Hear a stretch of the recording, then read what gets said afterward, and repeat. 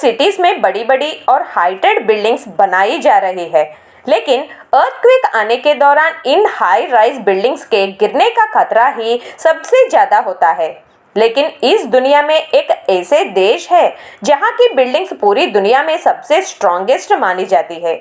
यहाँ के buildings earthquake के हिसाब से ही बनाए जाते हैं। दरअसल ऐसे अर्थक्वेक रेसिस्टेंट बिल्डिंग्स जापान में बनाए जाते हैं। जापान हमेशा अर्थक्वेक्स और सुनामी जैसे नेचुरल कैलामिटीज से अफेक्ट होते रहता है। Recently Turkey Syria earthquake recent history में बहुत बड़ा अर्थक्वेक रिकॉर्ड किया गया। ये एरिया में मौजूद एनाटोलियन प्लेट्स में प्रेशर के कारण अर्थक्वेक आया था।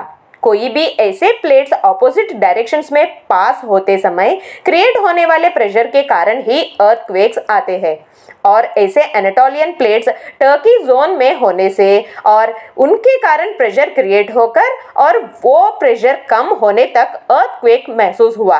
टर्की सीरिया के साथ साथ साइप्रस, लेबनान, इजराइल, इजिप्ट जैसे कंट्रीज में भी अर्थक्वेक्स महसूस हुए। साइक्लोन्स को प्रेडिक्ट कर सकते हैं, लेकिन सुनामी अर्थक्वेक्स को प्रेडिक्ट या रोका नहीं जा सकता। उससे सिर्फ रेसिस्ट और रेस्पॉन्ड कर सकते हैं। इसलिए जापान ने अर्थक्वेक्स रेसिस्टेंस के लिए कई अनोखे प्रोसीजर्स को अपनाया।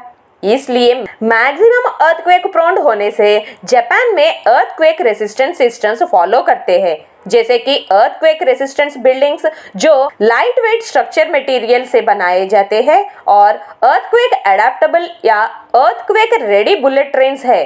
Phone alerts, water drainage tunnels जो सुनामी के टाइम पर एक्सेस वाटर को इजीली ड्रेन करने वाले टनल्स, और सुनामी अर्थक्वेक रेसिस्टेंस और रेस्पॉन्स एजुकेशन भी सभी को दिया जाता है।